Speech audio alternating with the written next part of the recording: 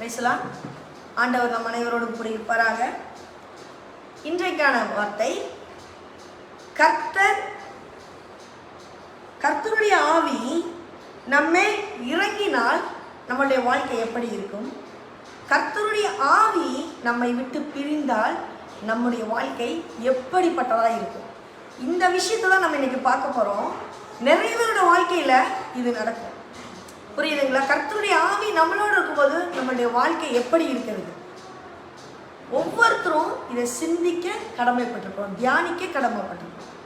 இதை தியானிக்கிறதுக்கு மேலே ஒரு நிமிஷம் கண்களை மூடி ஆண்டுட்டு உங்களை ஒப்பு கொடுங்க. தகப்பனே, உங்களுடைய வார்த்தையை கேட்கறதுக்கு முன்னால் நாங்கள் எங்களுடைய இருதயத்தை உங்கள்கிட்ட ஒப்பு கொடுத்து உங்களுடைய வார்த்தைக்கு எங்கள் தலையை வணங்கி தாழ்த்தி ஒப்பு கொடுக்கணும்.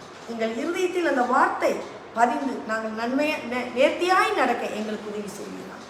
இயேசுவின் மூலம் ஜெபங்கேளும் நல்ல பிதாவே, ஆமென். எனக்கு அருமையானவர்களே, இன்னைக்கு நான் எடுக்க போகிற ஒரு விஷயம் என்னன்னா, சிம்சோனை பற்றி. சிம்சோன் எப்படிப்பட்டவனாக இருந்தான்? பிள்ளை இல்லாத இருந்த ஒரு தம்பதிக்கு ஒரு பிள்ளையை கடவுள் கொடுக்குறார். என்ன சொல்லி ஒரு கண்டிஷனோடு கொடுக்குறார். அவன் நசரேன், அவனோட தலைமுடியில் கத்தி படக்கூடாது, அவன் தன்னை தீட்டுப்படுத்திக்க கூடாது திராட்சை ரசத்தினால, இந்த மாதிரி கண்டிஷன் போடுறான். அந்த கண்டிஷனோட பெற்றவங்க வளர்க்குறாங்க. புரியுதா? நல்ல நேர்த்தியாக வளர்க்குறாங்க. ஆனால் சில இடங்களில் நம்ம ஆண்டவருடைய வார்த்தையை விட்டு விலகிடும். இந்த சிம்சோனுக்கு ஒரு ஒரு ஒரு ஒரு கேரக்டர் என்னன்னா, ஆண்டுக்குள்ள வளர்கிற பையன்தான், ஆனால் அடம் பிடிக்கிறது. அவன் அடம் பிடிக்கிறத பெற்றவங்க கொடுக்குறாங்க. இப்படி தான் அடம் பிடிக்கிறான். பெலிஸ்திய பெண் மேலே இஷ்டப்பட்டு, புரியுதா? பெலிஸ்திய பெண்ணு மேலே இஷ்டப்பட்டு அடம் பிடிக்கிறான். எனக்கு இந்த பெண்ணை தான் கட்டிருக்கான். அப்போ அந்த அம்மா அப்பா சொல்கிறாங்க, ஏடா இது வேண்டாண்டா, நம்ம பெண் இல்லைடா, இது அந்நிய பெண், பெலிஸ்திய பெண்ணுடா, நம்ம நாட்டில் பெண்ணா இல்லைடா உனக்கு. நோ நோ, எனக்கு அந்த பெண்ணு தான் வேணும், அவளை தான் நீங்கள் எனக்கு பார்த்து கட்டி வைக்கணும். சரி, பேரண்ட்ஸ் கிளம்பிடுறாங்க, பொண்ணு பார்க்க. புரியுதா? அப்போ பாருங்க, அவன் பெலிஸ்தீனிடத்தில் குற்றம் கண்டுபிடிப்பதற்கு முகாந்தரத்துக்கு தான் கடவுள் இதை அலோவ் பண்ணியிருக்கிறார். ஆனால் இது பெற்றவங்களுக்கு தெரியாது. சரி, ஆண்டுடைய இஷ்டப்படி அவங்க போகிறாங்க. நல்லா கவனிச்சுக்கோங்க வார்த்தைகளை. அப்போ போகிற வழியில் ஒரு சிங்கம் தென்படும். அப்போ என்ன நடக்குது பாருங்க. அப்பொழுது கர்த்தருடைய ஆவி அவன் மேல் பலமாய் இறங்கினால் அவன் தன் கையில் ஒன்றும் இல்லாதிருந்தும். பாருங்க, அந்த நேரத்தில் கர்த்தருடைய ஆவி அவன் மேலே இறங்குது, அவன்கிட்ட கையில் ஒன்றும் இல்லை. நம்மளுடைய கரங்களில் ஒன்றும் இல்லை. நம்மள்ட கரங்களில் பணம் இல்லை, நம்மக்கிட்ட பதவி இல்லை, நம்மக்கிட்ட ஸ்டேட்டஸ் இல்லை, நம்மக்கிட்ட பெரிய அந்தஸ்து இல்லை, நம்மக்கிட்ட எதுவுமே இல்லை. ஆனால் கர்த்தருடைய ஆவி இறங்கினால் வெற்றி கிடைக்கும். நல்லா ஞாபகம் வச்சுக்கோ. இங்கே அப்படிதான். சிம்சோனுக்கு ஒன்றும் இல்லை, கையில் ஒன்றும் இல்லை, கடவுள் கொடுத்த பலம். கர்த்தருடைய ஆவி இறங்குகிறார். கர்ச்சிக்கிற சிங்கத்தை எப்படி பண்ணுறா தெரியுமா? ஒரு ஆட்டுக்குட்டியை பிளக்கிற மாதிரி பிளந்து போட்டான். அந்த வசனங்களும் நல்லா இருக்கும். அவன் கையில் ஒன்றும் இல்லாதிருந்தும் அதை ஒரு ஆட்டுக்குட்டியை கிழித்து போடுகிறது போல கிழித்து போட்டான். ஆனாலும் தான் செய்த தன் தாய் தகப்பனுக்கு அறிவிக்கவில்லை. சரி, அங்கே போகிறான். அந்த பெண் அவன் கண்ணுக்கு ரொம்ப பிரியமாக இருக்கிறான். சில நேரம் அப்படிதான், நம்ம கண்ணு தான் எல்லா இச்சைகளுக்கும் காரணம். கண்ணு எவ்வளோ பெரிய இது தெரியுமா? இந்த கண்ணில் நல்லதாக பார்க்கறதுக்கு ஆசை வருதா? டிவியில் பாருங்களேன், நியூஸ் எல்லாம் பார்க்கறதுக்கு ஆசை வராது. அந்த படம், சரி இன்னைக்கு படம் தான் நல்ல படமா இருக்கா, அப்படியே உணர்வுகளை தூண்டும். சும்மா பார்த்துடக்கூடாது டிவியில் படம். இன்னைக்கு படமெல்லாம் பார்த்தா நாசகார படமாக இருக்குது. ஐயோ, ஒரு ஃபேமிலியில் உட்காந்து பார்க்கக்கூடிய ஒரு நல்ல சீன்கள்லாம் உள்ளக்கூடிய படம் இன்னைக்கு இல்லை. இன்னைக்கு மக்களை கவர்ந்து இழுந்து ஃபினான்ஷியல் லெவலில் நல்ல ஸ்டாண்டில் அவங்க தன்னை தக்க வைத்துக் கொள்வதற்காக எடுக்கப்படுகிற படங்கள். அப்படியே நல்ல ஸ்டோரி படம் எடுத்து அது ஓடுறது இல்லை. புரியுதா? அப்போ இன்னைக்கு அந்த மாதிரி கண்களுக்கு பிரியம். நம்ம கண் என்ன பார்க்குது? நிம்மதியாக 3 வேளை கடவுள் சோறு தராரு, ஒரு தங்கறதுக்கு ஒரு நிழலுக்கு ஒரு வீடு தராரு. அது வாடகை வீடோ இந்த சொந்த வீடோ ஏதோ ஒரு நிழல் தந்திருக்கிறாரா இல்லையா? அந்த வாடகை அடைக்கக்கூடிய விலனை தந்திருக்கிறாரா இல்லையா? ஆனால் நம்ம கண்ணு யாரை பார்க்குது? அங்கே ஒரு ரோல்ஸ் ராய்ஸ் கார் வருது, BMW கார் வருது, அட சுசுக்கியில் கொஞ்சம் பெரிய கார் வருது. அதான் நம்ம கண் அங்கே பார்க்குதா இல்லையா? கண்களின் இச்சை. உடனே என்ன நம்ம மனசு நினைக்குது? மனசுக்கு சொல்லுது, கண்ணில் இருக்க நரம்பு மனசுக்கு சொல்லுது, இங்கே பாரு, இதுதானே காரு, நீ வச்சிருக்க பாரு ஒரு ஸ்கூட்டி காரு, சொல்லுதா? இதனால உனக்கு ஒரு மதிப்பே இல்லை, அப்படி ஓட்டாத மதிப்பு. இதெல்லாம் எப்படி வருது? கண்ணுலேருந்து ஆரம்பிக்குது. கண்ணு பார்க்குது, மூளை நரம்பு நாடி நரம்புக்கு எல்லாத்துக்கும் அதை கன்வே பண்ணுது. ஸோ இதே மாதிரி தான் சிம்சோனுக்கும் பார்த்துச்சு கண்ணு. கண்ணுக்கு ரொம்ப அழகாக இருக்கா, பிரியமாய் இருக்கிறான். புரியுதா? இது மாதிரி தான் நிறைய விஷயங்களை நம்ம இடறி போகிறோம். நிறைய விஷயங்களை நம்ம இடறி போகிறோம். கண்ணுக்கு பிரியமாக இருக்கிற ஒவ்வொன்றின் மேலும் நாம் கவனம் வைத்து நம் வாழ்க்கையில் நாம் இடறி விழுறோம். எத்தனை பேர் வாழ்க்கையில் இடறி விழாமல் இருக்குது? நோ, அதெல்லாம் சான்ஸே இல்லை. எல்லாரும் இடறி விழுறோம், எல்லாரும் இடறி விழுறோம். மேக்சிமம் அந்த இடறி விழுறத இந்த வசனம் தடுக்கட்டும். இந்த வார்த்தை உங்கள் மனதிலே பதிலட்டும். புரியுதா? நமக்கு இருக்கிறது போதும். சச்சா அது சொல்றதுக்கு நல்லா இருக்கு, கேட்கறதுக்கு நல்லா இருக்கு, செயல்முறையில் ஒத்து வராது. ஒத்து வருமா? வச்சிருக்க காரை பார்த்து தான் மக்கள் மதிப்பு தர்றாங்க, ஸ்டேட்டஸ். இருக்கிற வீடை பார்த்து தான் மக்கள் மதிக்கிறாங்க. நான் அடிக்கடி அதை நினைச்சு ஆச்சரியப்படுறது உண்டு. மனுஷன் என்னைய பார்த்து வாயஸ்தர்னு வாய்மலரை கூப்பிடுறதுக்கு எனக்கு பேக்கில் ஒரு பெரிய வீடு இருக்கணும், ஒரு பெரிய கார் இருக்கணும், நான் போட்டிருக்கதெல்லாம் பிராண்டட் ஷர்ட்டாக இருக்கணும், நான் காலில் வச்சுக்க ஷூ கூட பிராண்டடாக இருந்தாதான் உள்ள வாங்கன்னு மரியாதையை கூப்பிட்டு நல்ல டம்ளரில் காஃபி தரான். இல்லைன்னா அவனுடைய வரவேற்பு தனியாக இருக்கு. சொல்றது புரியுதா? அப்போ கடவுள் படைத்த இந்த மனிதனை நாம் நேசிக்கவில்லை, மனிதன் படைத்த சொத்துக்களை நம்ம நேசிக்கிறோம். கடவுளோட படைப்புக்கே உள்டாவா நம்ம வாழ்ந்துட்டு இருக்கிறோம். எவ்வளோ ஒரு பெரிய காமெடி பாருங்க. நம்ம கடவுள் படைச்ச மனிதன், ஐயோ எனக்கு சகோதரன் அவன், எனக்கு சகோதரி இவள், மனைவியை பார்த்து எனக்கு துணையாய் கொடுத்தவள் இவள், கடவுள் கொடுத்தது எனக்கு துணையா, அவனுடைய எலும்புல இருந்து என்னை படைச்ச கடவுள், நான் நேசிக்கணும். என்னோட மாமியார், ஐயோ எனக்கு கூட கடவுள் கொடுத்த கிஃப்ட். என்னோட மாமனார், என்ன வேணாலும் சொல்லிட்டு போட்டுங்க, சகிச்சுக்கோங்க, சகிப்புத்தன்மை வளர்த்துக்கோங்க உங்களுக்குள்ள. மாமியாரோ மருமகளோ மாமனாரோ நாத்தனாரோ ஊமவரட்டு, சகிப்புத்தன்மையை வளர்த்துக்கோங்க. பதிலுக்கு பதிலாக இருக்க வேண்டாம். சகிப்புத்தன்மை கடவுள் உங்களை பழக்க வைக்கிறார். ஒரு ஸ்டெப்பு எடுத்து உங்கள் கால்களை பழக்க வைக்கிறார். பிரச்சனைகள்ல நீ எவ்வளோ மௌனமாக இருக்கணும், சகிக்கணும். அதானே ஆவியின் கனி. ஆவியின் கனி தானே என்னது? ஒரு நீடிய பொறுமை. எங்க உங்களுக்கு பொறுமை இருக்குது? பைபிள் படிக்கிற யாருக்காவது பொறுமை இருக்குதா? நீடிய பொறுமை இருக்க பொறுமையே இல்லை. எங்க நீடிய பொறுமைக்கு பொறுமை, நீடிய பொறுமை இருக்குதா? ஆனா ஆவியின் கனி 9ஐயும் வாய் கூசாம பைபிளை படிச்சுட்டு வரோம். ஆனா அந்த நீடிய பொறுமை எனக்கு இல்லை, என் வீட்டுக்குள்ளேயே இல்லை, சகிப்புத்தன்மை இல்லை. ஆனா ஆண்டவர் அதுக்கு உன்னை பழக்க வைக்கிறார். குடும்பத்தில் ஒவ்வொரு உறவுகளையும் கொடுத்து உன் கால்களை நடக்க பழக்க வைக்கிறார். இப்படி நினைச்சீங்கன்னா உங்களுக்கு அங்க சகிப்புத்தன்மை வந்துடும், நீடிய பொறுமை வந்துடும், நிதானம் வந்துடும், அன்பு வந்துடும், எல்லாம் வந்துடும், சாந்தம் வந்துடும். எத்தனை வார்த்தை சொல்லியிருக்கிறார் பாருங்க. பொறுமை இருந்தாதான் சாந்தம் வரும், சாந்தம் இருந்தாதான் பொறுமை இருக்கும். ஆனா we are Christians, பைபிள் படிக்கிறோம், சண்டை கோழியாட்டம் நிற்கிறோம். உள்ள இருக்கிற சர்ச்சுக்குள்ளேயே சகிப்புத்தன்மை இல்லை, நீடிய பொறுமை இல்லை, சாந்தம் இல்லை, நிதானம் இல்லை. ஆவியின் கனிகள் சர்ச்சுக்கு உள்ள வர ஒரு மெம்பர்ஸ்டீம் இல்லை, காலி. கட்டளை எல்லாம் மீறியாச்சு. எப்படி பாதுகாக்கப்படுவீர்கள்? ஆபத்து காலத்திலே உங்களுக்கு எப்படி பாதுகாப்பு கிடைக்கும்?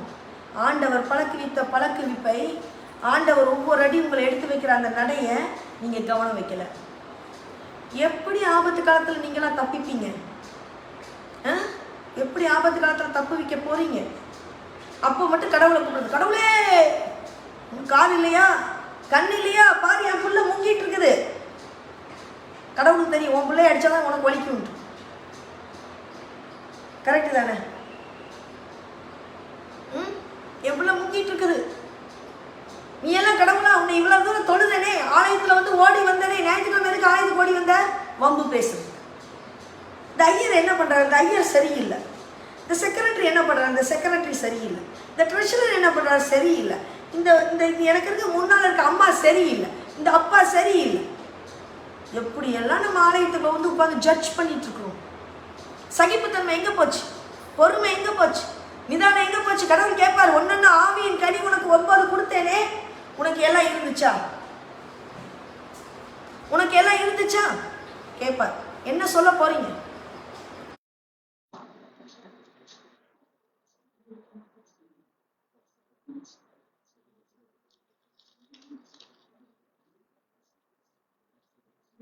இந்த மாதிரியாக அவன் கண்களின் இச்சையின் மூலமாய் ஆண்டவருடைய ஆசீர்வாதத்தை அங்க இழந்து போகிறான். ஆண்டவர் அவனுடைய எதற்காக படைத்தாரோ அந்த படைப்பின் மகிமையை இழந்து போறோம். புரியுதா? ஒரு முறை அவனுக்கு தண்ணி தாகம் பயங்கரமா எடுக்குது. எல்லாம் கழுத இதுலயே கழுத தாடையிலேயே எல்லாம் அடிச்சு எடுத்து கொண்டாடுறான் நிறைய பெலிஸ்தியரை. ஆனா தண்ணி தாகம் எடுக்குது. பெலிஸ்தியர் இடத்துல அவனுக்கு தண்ணி தாகம் எடுக்குது. அந்த தண்ணி தாகம் எடுக்கும் போது, நம்மளோட வாழ்க்கையில தாகங்கள் நம்மளை வரட்டும் போது, பஞ்சம் நம்மளை வரட்டும் போது, சோகம் நம்மளை வரட்டும் போது, நம்மளை பலவீனம் வாட்டும் போது, புரியுதா, நம்மளை ஆசீர்வாதம் இழந்து நம்ம நிற்கும் போது, அந்த மாதிரி நேரங்கள்ல தாகம், தண்ணி தாகம், உயிர் போற தருணம் அவன் கடவுளை நோக்குறான். என்னன்னு சொல்லி வேண்டாம் பாருங்க. கர்த்தரை நோக்கி மிகவும் தாகம் அடைந்து கர்த்தரை நோக்கி கூப்பிட்டு, தேவரீர் உமது அடியேன் கையினால் இந்த பெரிய ரட்சிப்பை கட்டளையிட்டு இருக்கிற. எவ்வளவு அழகா கடவுள்கிட்ட கேட்கிறாரு பாருங்க. இவ்வளவு ஞானம் சம்சோனுக்கு இருந்திருக்கு. உம்முடைய கையினால், உமது அடியேன் கையினால் இந்த பெரிய ரட்சிப்பு இஸ்ரவேலுக்கு கிடைக்கும்னு நீங்க சொல்லி இருக்கிறீங்க. இந்த பெலிஸ்தியர் எல்லாம் சாகுறது என்னாலன்னு சொல்லி இருக்கிறீங்க. என் நாட்டுக்கு சுதந்திரம் என்னோட கையினால கிடைக்கும்னு சொல்லி இருக்கிறீங்க. அப்படி இருக்க இப்பொழுது நான் தாகத்தினால் செத்து விருத்த சேதனம் இல்லாத கையில் விழ வேண்டுமா? அவன் கேட்கிற கொஸ்டின் என்ன தெரியுமா? நான் தாகத்தினால செத்தா பரவாயில்ல, ஆனா ஏன் மக்கள் இடத்துல செத்தா பரவாயில்ல, இந்த விருத்த சேதனம் இல்லாத கையில இவங்க அழிக்கவும் இவங்க கையில இருந்து சுதந்திரம் நான் பெறவும் தானே நான் வந்திருக்கிறேன். ஆனா இந்த மக்கள் இடத்துல நான் சாகணுமா? விருத்த சேதனம் இல்லாத மக்கள் இடத்துல. அவனுடைய தாகம் எதை பற்றினது? தன் நாட்டை பற்றினது, தம் இன மக்களை பற்றினது. புரியுதா? அப்ப ஆண்டவர் அவனுக்கு பதில் தர்றார். அப்பொழுது தேவன் லேகியில் உள்ள பள்ளத்தை பிளக்க பண்ணினான். எப்படி பாருங்க ஆண்டவர், நீங்க தாகத்தோட கூப்பிடுற ஒரு வார்த்தைக்கும் கர்த்தருடைய பலன் அதிகமா இருக்கும். நீங்க உண்மையான உள்ளத்தோட நேசிப்போட உங்களுடைய நோக்கம் நல்லதா இருந்தால் கர்த்தர் பாருங்க பள்ளத்தை பிளக்க பண்ணினார். தண்ணி பீறிட்டு வந்தது. ஒரு செம்பு தண்ணி கொடுக்கிறவர் இல்ல தாகத்துக்கு, ஒரு டம்ளர் தண்ணி கொடுக்கிறவர் இல்ல தாகத்துக்கு, ஒரு டிராப் தண்ணி கொடுக்கிறவர் அல்ல தாகத்துக்கு. ஒரு பள்ளத்தையே மலையையே பிளக்க பண்ணுகிறார். புரியுதா? இங்க அழகா அந்த வார்த்தைகள், பள்ளத்தை பிளக்க பண்ணினார். லேகிங்கிற அந்த பிரதேசத்துல ஒரு பள்ளத்தை எடுத்து பிளக்கிறார், மலையை பிளக்கிறார், தண்ணீர் வருகிறது. உங்களுக்கு கொஞ்சம் நஞ்சமா கொடுக்கல, அதிகமாய், உங்களுக்கு மிஞ்சி அதிகமாய் கொடுக்கிறார். ஆனா உங்களுடைய நோக்கம் எப்படிப்பட்டதா இருக்க வேண்டும்? எதற்காக கேட்கிறீங்க? எந்த அளவு தாகத்தோட கூப்பிடுறீங்க? உங்களுடைய தாகத்தின் அளவு என்ன? நீங்க கூப்பிடுறதின் அளவு என்ன? மெஷர்மெண்ட் எல்லாத்துக்கும் வருமே. சும்மா தண்ணி தாங்கிறது, கடவுளை தண்ணியை கொடுனா அதுக்காக ஒரு மலையை பழக்க பண்ண முடியாது. உனக்கு அந்த நேர தாகத்துக்கு ஒரு டம்ளர் தண்ணி போதும். ஆனா இது அளவுக்கு மீறின தாகம். ஒரு செம்பு பத்தாது, 2 செம்பு பத்தாது, 3 டம்ளர் பத்தாது, ஒரு பால் மில்க் கண்டெய்னர் வச்சாலும் பத்தாது, அவ்வளவு தாகம். கடவுள் பார்த்தார், என் மகனுக்கு மலையை பிளக்க பண்ணுகிறேன், பள்ளத்தை பிளக்க பண்ணுகிறேன். உங்களுடைய கூப்பிடுதலின் தாகம் கடவுள் எதிர்பார்க்கிறார். புரியுதா? தேவனுடைய ஆவி உங்களோட இருக்கும் பட்சத்தில் உங்களுடைய தாகம் கர்த்தர் ஒரு பள்ளத்தை பிளக்க பண்ணும் அளவுக்கு அவர் உங்களிடம் இறங்கி வருகிறார். புரியுதா? அடுத்ததா பாத்தீங்கன்னா, அந்த தெளிலாளுடைய கண்ணுல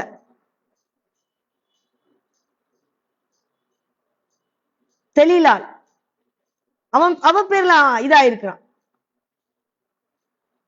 1100 வெள்ளிக்காசு அவளுக்கு பேரம் பேசப்படுது. தெளிலாள்கிட்ட பெலிஸ்தியர் கவர்மெண்ட் பேரம் பேசுறாங்க. 1100 வெள்ளிக்காசு தரேன், எப்படியாவது இவனுடைய ஸ்ட்ரென்த் எங்க இருக்குன்னு கண்டுபிடி, அந்த ஸ்ட்ரென்த்தை கட் பண்ணிட்டா இவன் ஒண்ணுமில்லாம போயிடும், இவனை சிறுமப்படுத்திடலான்ட்டு. தெளிலாலும் 3 முறை அவன்கிட்ட கேட்கிறான். ஒரு முறை கேட்கிறான் உன்னுடைய பலன் எங்க, அவன் இன்னொரு ஆன்சர் சொல்றான். அது மாதிரி அந்த கயிறுல கட்டி போடுறான், இவன் நடக்கல. 2வது முறையும் அவ கேட்கிறான், நீ போன முறை என்ன பரியாசம் பண்ணிட்ட, கிண்டல் விட்டுட்ட, சொல்லு உன் ஸ்ட்ரென்த் எதுல இருக்குன்னு சொல்லு. இந்த ட்ரிப் அவன் தப்பா சொல்றான். உடனே அவன் கூப்பிடுறான், வாங்க வாங்க இந்த இதுல கயிறுல கட்டிட்டேன் இருக்கிறான், புடிச்சுக்கோங்கிறான். அவன் கேஷுவலா எந்திரிச்சு போறான். 3வது முறையும் கேட்கிற, நீ என்னை கிண்டல் விட்டுட்ட, நீ என்னை ரொம்ப கிண்டல் விடுற தெரியுமா சிம்சோனு, நீ என்ன ரொம்ப கிண்டல் விடுற, மரியாதையை சொல்லு, உன்னோட ஸ்ட்ரென்த் எதுல இருக்கு. அவன் சொல்றான். 3வது முறையும் தப்பா சொல்றான். 3வது முறை தவறாയി போச்சு. அவன் நொந்து போயிடுறான். கடைசியா சொல்றான், கடைசியா எல்லாரும் எரியிற ஆயுதம், உன் பாசம் என் மேல வச்சிருக்கிறது இவ்வளவுதானா, இவ்வளவுதான் நீ என் மேல பாசம் வச்சிருக்கியா, இவ்வளவு பொய் சொல்றிய என்கிட்ட, அப்ப நீ பாசம் சும்மாதான் வச்சிருக்கியா, வெறும் இதானா, உனக்கு எனக்கு எந்த இதுவும் இல்லையா வேற, அப்படி உருகுற மாதிரி பேசுறான். இப்படி தொடர்ந்து அவன் பேசுறான். கடைசிக்கு சிம்சோன் ஒரு முடிவு எடுத்துறான். சே, செத்தாதான் என்ன, இவ பாட்டு கேட்டுட்டே இருக்கல, உண்மையை சொல்லிடும், என்னுடைய தலைமுடி சவரன் கத்தி படக்கூடாதுன்னு கடவுள் சொல்லியிருக்க, படும்போது என்னுடைய பலம் குன்றி போகும். கடைசிக்கு அவன் அந்த உண்மையை அவளிடம் சொல்லுகிறான். இப்போ அவக்கு சொல்றா, பெலிஸ்தியன் கவர்மெண்ட் மிலிட்டரி ட்ரூப்ட சொல்றா, வாங்க வாங்க இந்த ஒரு முறை சான்ஸ் கொடுங்க. இந்த மாதிரி அவன் ஓபன் பண்ணி ஹார்ட்டை ஓபன் பண்ணிட்டு எல்லாம் உண்மையை கொட்டிட்டான், இது உண்மையாதான் இருக்கு, வாங்க. அது ரொம்ப அருமையான வசனம் பாருங்க. அவன் தன் இருதயத்தை எல்லாம் தனக்கு வெளிப்படுத்தினதை தெளிலாள், தன் இருதயத்தை வெளிப்படுத்துகிறான். எவ்வளவு அருமையான வார்த்தை பாருங்க. நம்மளுடைய இருதயத்தை வெளிப்படுத்தும் போது நம்மளுக்கு யார்கிட்ட வெளிப்படுத்துறோங்கிறது ரொம்ப இம்பார்ட்டன்ட். நம்மளுடைய இருதயத்தை கடவுள்கிட்ட வெளிப்படுத்துறோம். இந்த பாருங்க, அநியாயமா ஒரு ஒரு ஒரு ஒரு விபச்சார பெண்ணிட்ட வெளிப்படுத்தி போச்சு. கடவுள் அவன் என்ன நோக்கத்துக்காக படைத்தாரோ அந்த நோக்கம் அங்கே நொறுங்கி போனது, உடைந்து போனது. கடவுள் என்ன நினைச்சிருப்பாரு, சுக்கு நூறாய் போயிருக்கும்ல. என்னோட மகன் தப்பு செய்ய மாட்டான், என்னோட மகன் என் தலையை நிமிர வைப்பான், என்னோட மகன் என்னோட நோக்கத்தை நிறைவேற்றுவான். ஒவ்வொரு பிசினஸ் பண்ற தகப்பனுடைய நோக்கம் அதுவாதான் இருக்கும். நான் பிசினஸ் பண்றேன், என் பையன் அதை எடுத்து டெவலப் பண்ணி கொடுப்பான். அதை பண்ணலன்னு வைங்களேன், அந்த தகப்பனோட மனசு எப்படி நொறுங்கி போகும் தெரியுமா? அதே மாதிரிதான் நம்மளுடைய ஆண்டவருடைய இது. நம்ம ஆண்டவருடைய இது புரியுதா? நொறுங்கி போகுது. ஆண்டவருடைய உள்ள உடைந்து போற முடிய ஓடி வந்து கட் பண்றாங்க, ஸ்ட்ரென்த் குறுகி போயிடுது. எந்த கண்களின் இச்சையினால் ஒரு பெண்ணை நோக்கி தனது ஸ்ட்ரென்த்தை இழந்து போனானோ அந்த கண்கள் அவனுக்கு பிடுங்கப்பட்டது. இதேதான் நமக்கு நடக்கும். எந்த கண்களின் இச்சையினால் நாம் பாவம் செய்ய விளைகிறோமோ அதே கண்கள் நம்முடைய சரீரத்திலிருந்து பிடுங்கப்படும். அதனாலதான் புதிய ஏற்பாடுல சொல்லப்பட்டிருக்குது, உன் கண் உனக்கு இடர் உண்டாக்கினால் அதை பிடுங்கி எரிந்து போடு, உன் சரீரம் முழுவதும் நரகத்தில் தள்ளப்படுவதை பார்க்கிலும் உன் அவயங்களில் ஒன்று கெட்டு போவது உனக்கு நலமாயிருக்கும். அதான் இயேசு சொன்னார். அது மாதிரி எந்த கண்களின் இச்சையினால் அவன் விழுந்து போனானோ அந்த கண்கள் குருடாகி போனது, அந்த கண்கள் பிடுங்கப்பட்டது. ஜெயில அடைக்கிறாங்க அவனை கொண்டு போய். ஒரு நிமிஷம் பேசுறாங்க இவங்க மினிஸ்டர்ஸ் எல்லாம் சேர்ந்து, ஹே அவனை கொண்டு வா. அவன் எப்போ அவனுடைய தலைமுடி கட் பண்ணப்பட்டுச்சோ அப்போ அவனிடமிருந்து தேவனுடைய ஆவி விலகி போனது. ரொம்ப அருமையான வார்த்தை அது. அதுல இருக்கும் பாருங்க, செமையா இருக்கும் அந்த வார்த்தை. இதெல்லாம் படிக்கும்போது பாருங்க,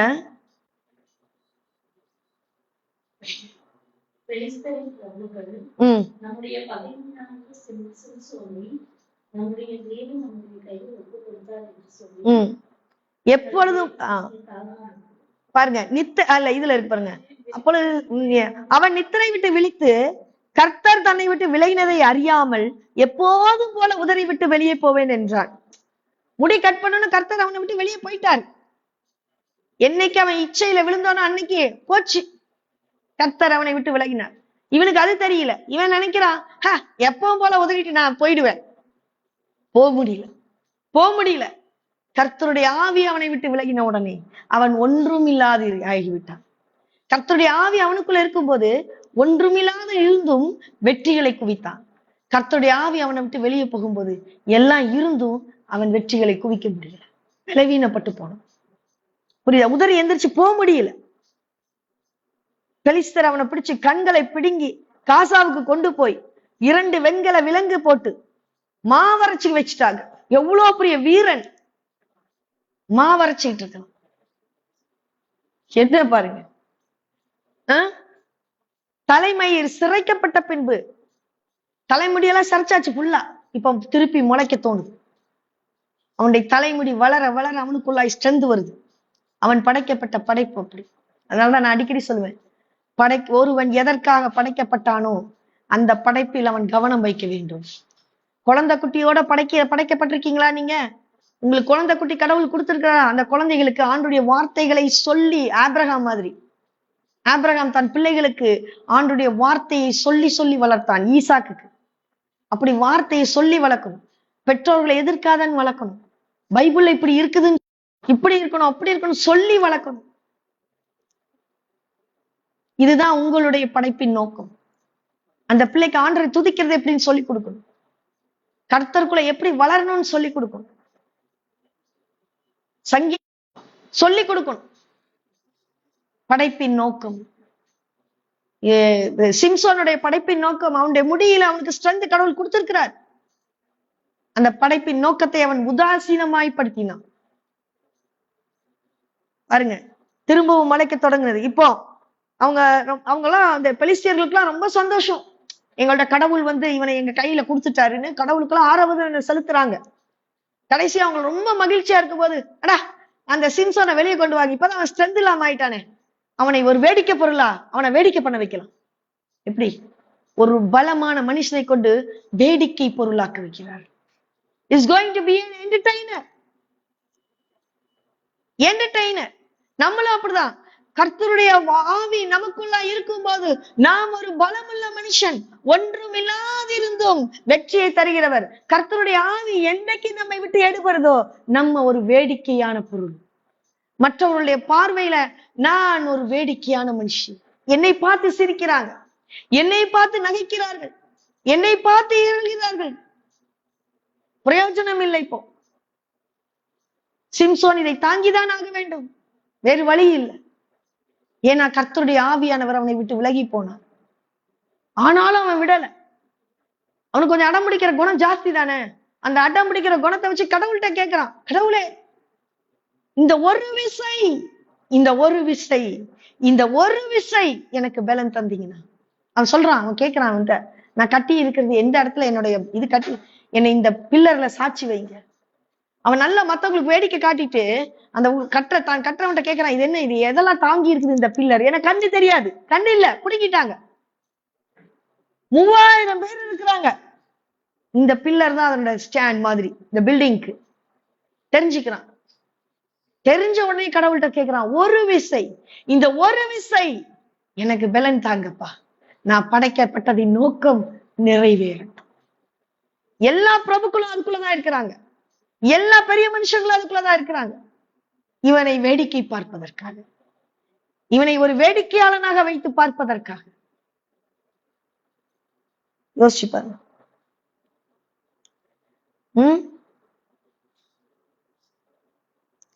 அப்பொழுது சிம்சோன் கர்த்தரை நோக்கி கூப்பிட்டு, கர்த்தராகிய ஆண்டவரே, நான் என் 2 கண்களுக்காக ஒரே தீர்வையாய் பெலிஸ்தர் கையிலே பழி வாங்கும்படிக்கு இந்த ஒரு விசை மாத்திரம் என்னை நினைத்தருளும், தேவனே பலப்படுத்தும் என்று சொல்லி, இந்த ஒரு விசை மாத்திரம் நினைச்சிருங்கப்பா, என்னை பலப்படுத்துங்க, பலம் தாங்க. அவன் அந்த பில்லர் இழுக்கும் போது, அந்த புஷ் பண்ணும் போதா இழுக்கு, வாட் எவர் இட் இஸ், விழுந்து அதுல 3000 பேர் இவனும் சேர்ந்து சாகிறான். அவன் அவன் படைப்பின் நோக்கம் அங்கே நிறைவேறினது. எனக்கு அருமையானவர்களே, இதுல இருந்து நம்ம ஒரு சில விஷயங்கள், சிம்சோனோட வாழ்க்கை நம்மளோட வாழ்க்கையில இது சேராதுன்னு நம்ம நினைக்கலாம். ஆனா நம்மளோட வாழ்க்கை சம்பந்தப்பட்டதா இதுல இருக்குது.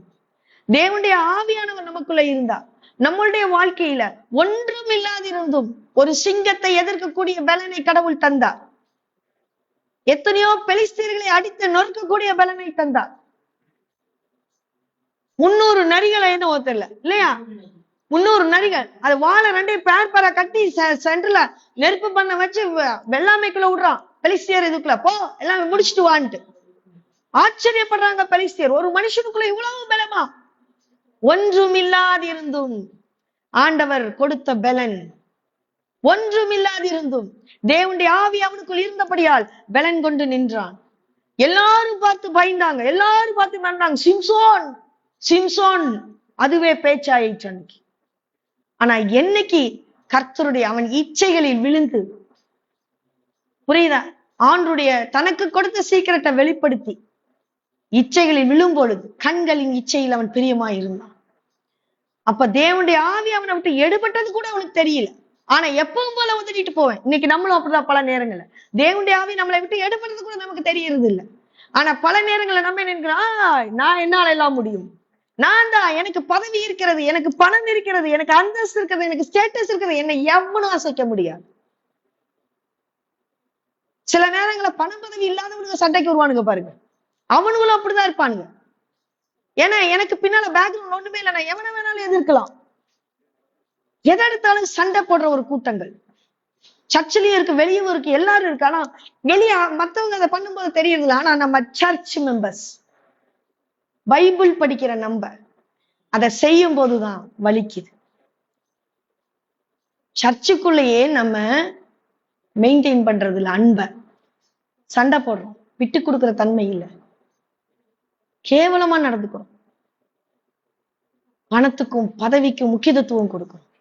எனக்கு அருமையானவர்களே, இந்த சிம்சோன் மாதிரி நாமளும் விழுந்து போகாத படிக்க, கர்த்தருடைய ஆவி என்னை விட்டு போகுதுன்னு கூட தெரியாத அளவுக்கு நம்ம விழுந்து போகாத படிக்க தயவு செய்து உங்களுடைய வழியை செவைப்படுத்துங்கள், வழியை பார்த்துக்கோங்க, விழுந்து போகாதீர்கள். கர்த்தருடைய ஆவி நம்மிடம் இல்லை என்றால் எல்லாம் இருந்தும் நாம் வேடிக்கை பொருளாய், பலவீனர்களாய், கண்கள் பிடுங்கப்பட்டவர்களாய் மாறி நம்மளோட வாழ்க்கையில நிதானமற்று போயிடும். கடைசியில் மரணம் நம்மை நெருங்கும் போதுதான் தெரியும், நான் வாழ்க்கையில பெரிய தவறு செஞ்சுட்டேன். இந்த மாதிரி உங்க பிராக்டிக்கலா உங்க வாழ்க்கையில அப்ளை பண்ணுங்க. உங்க வாழ்க்கையில கர்த்தருடைய பலத்தோட செய்யுங்க. ஒவ்வொரு விஷயத்திலையும் அந்த ஆவியின் கனியை, நான் கிறிஸ்டியன்ஸுக்கு எப்பவுமே சொல்றது, ஆவியின் கனியை ஃபாலோ பண்ணுங்கன்ட்டு. புரியுதா? ஒருத்தருக்கு ஒருத்தர் துரோகம் பண்றது, நம்பிக்கை வைக்கிறது, நம்பிக்கையை கெடுக்கிறது இல்லையா? இன்னைக்கு குடும்பம் எதனால உடையுது? ஒண்ணுக்கு ஒண்ணு கோழி மூட்டுறது, தப்பு தப்பா சொல்றது. நம்ம ஏதோ ஒரு கோபத்துல சொல்லியிருப்போம், அது எப்ப சொன்னனே தெரியாது. ஆனா அதை கேட்ச் பண்ணி எடுத்துட்டு 10 பேர்ட்ட சொல்லி அந்த குடும்பத்தை உடைச்சிருவாங்க. ஆனா அதனால ஒரு பிரயோஜனம் இல்லை, உறவுகள் பிரிஞ்சு போய் அது பாவனை நிறைவேற்றுக்கு தெரியறது இல்ல. பெரிய பாவம் செய்றீங்க, பெரிய பாவம். அது செய்யாதீங்க, அது செய்யாதீங்க. புரியுதா? உறவுகள் ரொம்ப முக்கியம். குறை சொல்றதை நிறுத்துங்க. ஏதோ கோபத்தை சொல்றதை எல்லாம் போய் குறையா நினைச்சு மற்றவங்கிட்ட கோழி மூட்டி வைக்கிறதெல்லாம் தவறு. புரியுதா? உறவுகள்ங்கிறதெல்லாம் கோவப்பட்டு உரிமையா கத்துறோம். ஃப்ரெண்டு கிட்ட பேசுவோம் கோபத்துல, நீ எல்லாம் குறையா நினைச்சு அள்ளி வீசாதீங்க. காலம் இருக்கு, தண்டனைக்குள்ள சிக்கிக்காதீங்க, பொறுமையா இருங்க. அந்த ஆவியின் கனிகளை ஒவ்வொரு நாளும் டேஸ்ட் பண்ணுங்க, ஒவ்வொரு நாளும் அதை படிங்க. படிச்சுட்டு இந்த அன்பு எனக்கு இருக்கா, நான் உங்க மேல அன்பு வச்சிருக்கனா, இல்ல உங்க பணத்து மேல அன்பு வச்சிருக்கனா, இல்ல உங்க அந்தஸ்து மேல அன்பு வச்சிருக்கனா, இல்ல உங்க பதவி மேல அன்பு வச்சிருக்கேனா, இல்லையா? யார் மேல அன்பு வச்சிருக்கேன்? யோசிங்க, கொஞ்சம் யோசிங்க, டெய்லி யோசிங்க. அன்புன்றது ஆண்டவர் எதை சொல்லியிருக்கிறாரு? ஆண்டவர் படைச்ச மனுஷன் மேலதான் அன்பு வைக்க சொல்லியிருக்கிறாரு. மனுஷன் படைச்ச அந்த அவன் சம்பாதிச்ச வெல்த் மேல இல்ல. கடவுள் ஆசீர்வாதம் சொல்றது நீங்க தான். ஆபிரகாம் தான் ஆசீர்வாதம். ஆபிரகாம் தான் ஆசீர்வாதத்தின் தகப்பன். நான் தான் ஆசீர்வாதம். என் ஆண்டவர் எனக்கு கொடுத்தது ஆசீர்வாதம். நான் இப்படி நன்றாயிருப்பது ஆசீர்வாதம். என்னை நேசிக்கிறாயா? என்னை நேசிக்கிறாயா? இல்ல என் பணத்தை நேசிக்கிறையா? இல்ல நான் போட்டிருக்கிற பிராண்ட் அடிதான் நேசிக்கிறாயா? அன்பிராண்ட் நான் நேசிக்கிறது இல்லை. கார் சின்ன கார் வந்தா நேசிக்கிறது இல்லை. வீடு சின்ன வீடா இருந்தா சொல்ல கூட வெக்கப்படுற அளவுக்கு இந்த மக்கள் கொண்டு விட்டுறாங்க. நேசிக்கிறது இல்லை. அப்போ ஆவியின் கனி உன்கிட்ட எங்க இருக்கு? தயவு செய்து உனக்குள்ள ஆவியின் கனி இருந்தாதான் ஆண்டவர் வருவார். ஆவியின் கனி இல்லைன்னா ஆண்டவர் உனக்குள்ள வரவே மாட்டார். அன்பு இல்ல, சமாதானம் இல்ல, சந்தோஷம் இல்ல, நீடிய பொறுமை இல்ல, எதுவுமே இல்ல உங்ககிட்ட. எப்படி ஆண்டவர் தேவனுடைய ஆவி உனக்குள்ள வருவார்? அப்ப ஒன்றும் இல்லாதிருந்தும் உனக்குள் தேவனுடைய ஆவி வர வேண்டும் என்றால் உனக்குள்ள ஆவியின் கனிகள் வர வேண்டும். அந்த கனியை பெற்றுக்கொள்வோமா? ஒரு நிமிஷம் எல்லாரும் கண்களை மூடி அவர்கிட்ட கேட்போமா? தகப்பனே, தேவனுடைய ஆவி ஒரு மனுஷனுக்குள்ள வரணும்னா நீ எங்களை நடைமுறை வாழ்க்கையில பழக்க வைக்கிற அந்த சகிப்பு தன்மைக்கும் நீடிய பொறுமைக்கும் சமாதானத்துக்கும் சாந்தத்துக்கும் நாங்கள் உட்பட வேண்டும். இந்த ஆவியின் கனிகளை எல்லாம் எங்களுக்கு தருவீராக. நீ நன்மை செய்கிறவர், நன்மை செய்கிறவராகவே சுற்றி திரிந்தேன். நேசிக்கிறேன் ஆண்டவரே. செய்கின்ற ஒவ்வொரு தவறுகளையும் மன்னியுமா, மன்னியும் தகப்பனே. தாகத்தோடு உம்முடைய வார்த்தையை நான் எல்லாத்துக்கும் ஷேர் பண்றேன்ப்பா. தாகத்தோடு கேட்கக்கூடிய மக்கள் இதை கேட்கட்டும் ஆண்டவர்.